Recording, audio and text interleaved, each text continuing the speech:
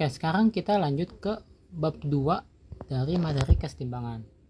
Karena bab 1 kan kamu udah belajar ya. Nah, sekarang kita masuk ke bab 2-nya.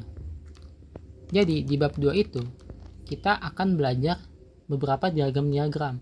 Gimana cara baca diagramnya, menginterpretasi diagram-diagram itu gimana. Ini penting banget karena sebagian besar soalnya itu yang keluar itu kebanyakan tuh bentuk diagram-diagram. Kayak gini. Nanti kita lihat setiap bentuk diagram tuh bakal beda-beda. Dan cara interpretasinya pun beda-beda juga. Oke, sebelum kita masuk ke diagram, kita akan belajar namanya hukum Raoult. Nah, hukum Raoult ini kurang lebih menyatakan tekanan uap pelarut itu berbanding lurus dengan tekanan uap pelarut murni dikali dengan fraksi molnya.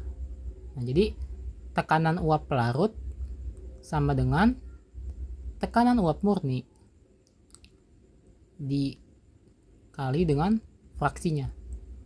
Nah, tekanan uap pelarut itu apa? Tekanan uap pelarut ini adalah ketika kita punya campuran A dan B, campuran yang mudah menguap. Nah, ada namanya tekanan yang dihasilkan sama campuran ini. Nah, tekanan itu ada yang dari A, ada yang dari B. Nah, berapa tekanan yang dari A-nya aja? Kita bisa pakai rumus ini.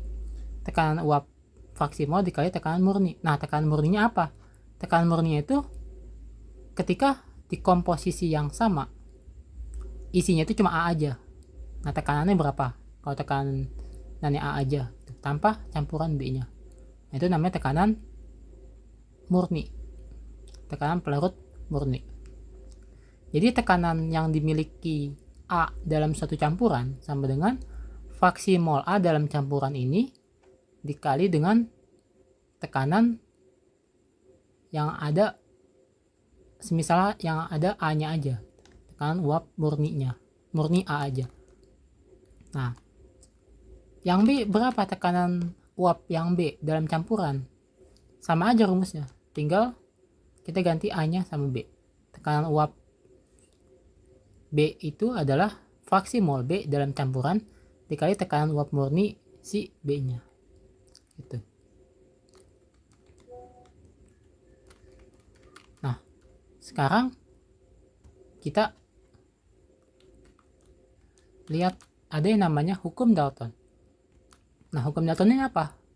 Hukum Dalton ini ngejelasin bahwa yang tadi udah aku bilang, kalau tekanan total dari campuran ini adalah tekanan si A dari A ditambah tekanan dari si B.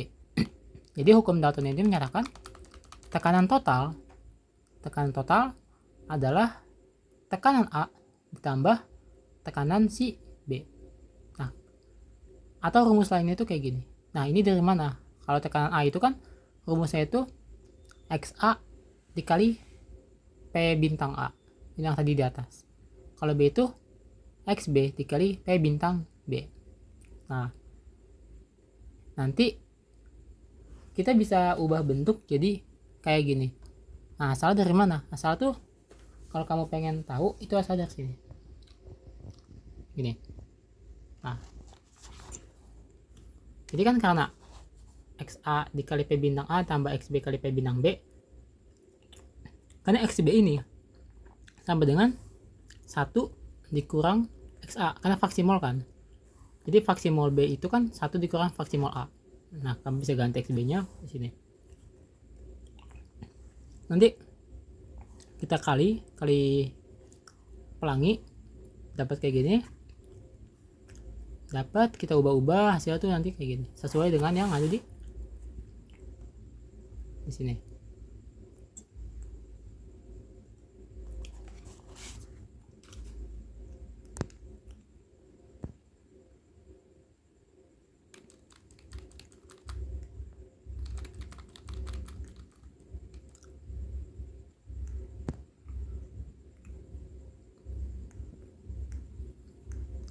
Nah, terus kita bisa lihat bentuk grafiknya. Nah, ini contoh dari hukum Dalton tadi atau hukum Roth. Nah, jadi untuk yang di sumbu X ini adalah fraksi mol dari metil benzena. Dan untuk ini adalah tekanannya. Nah, kita lihat yang warna ungu ini. Nah, yang warna ungu ini itu bentuk grafik dari tekanan si metil benzenanya. Jadi garis ini tuh gambarin tekanan si metil benzenanya aja.